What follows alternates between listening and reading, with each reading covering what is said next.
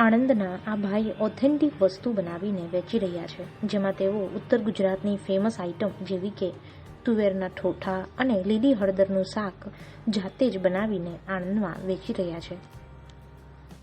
મારું નામ ધ્રુવલ દિનેશભાઈ પટેલ છે. હું ઉત્તર ગુજરાતમાં બનતી એક્સ્ટ્રા ઓર્ડિનરી જે ઓથેન્ટિક સબ્જી છે એ સબ્જી આણંદ જિલ્લાની અંદર આણંદ ગામમાં હું બનાવું છું.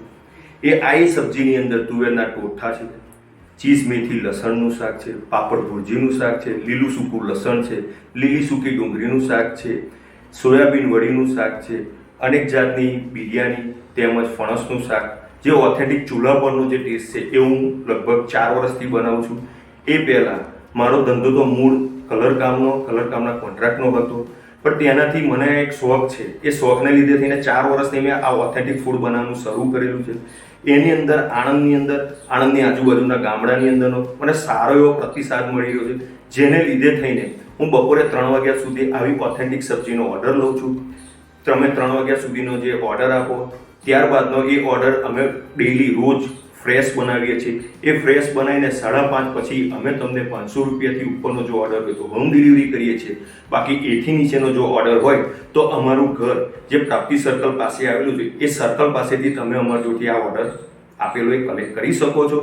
આ વસ્તુ બધી અમારી બજાર કરતાં અલગ, આણંદની અંદર જે કોઈ બનાવતું નથી એવી વસ્તુઓ અમે બનાવીએ છીએ. શિયાળાની અંદર અમે સરસવનું શાક, મકાઈના રોટલા જેવી અનેક વેરાયટીની, તે છતાંય આપને જે અનુકૂળ આવે એવું કસ્ટમાઇઝ, તમને ગમતું તીખું, મોડું, તેલ ઓછું, બટર વધારે, બટર ઓછું, ચીઝ વધારે, ચીઝ ઓછું, જે તમે કહો એ રીતે અમે તમને ઓર્ડર બનાવીને આપીએ છીએ. મારું મહુડી કલરનું કામ ચાલુ હતું. તે ટાઈમે હું માણસા અને પેથાપુર બાજુ જે જતો હતો, વિજાપુર બાજુ, ત્યાં આ ટેસ્ટ મેં કરેલો. ત્યાં આગળ આ લોકો આ શાક, જે તુવેર ટોઠાનું શાક છે, એ તુવેર ટોઠાનું શાક બ્રેડ સાથે ખાય છે. તો મને એવો આઈડિયા કે બ્રેડ સાથે ખાય, મેદા સાથે ખાય, એના કરતાં આપણે દેશી સ્ટાઇલ આપણા મકાઈ કે બાજરીના રોટલા જોડે આપણે આ બનાવીએ તો આ સબ્જી મેં બનાવી.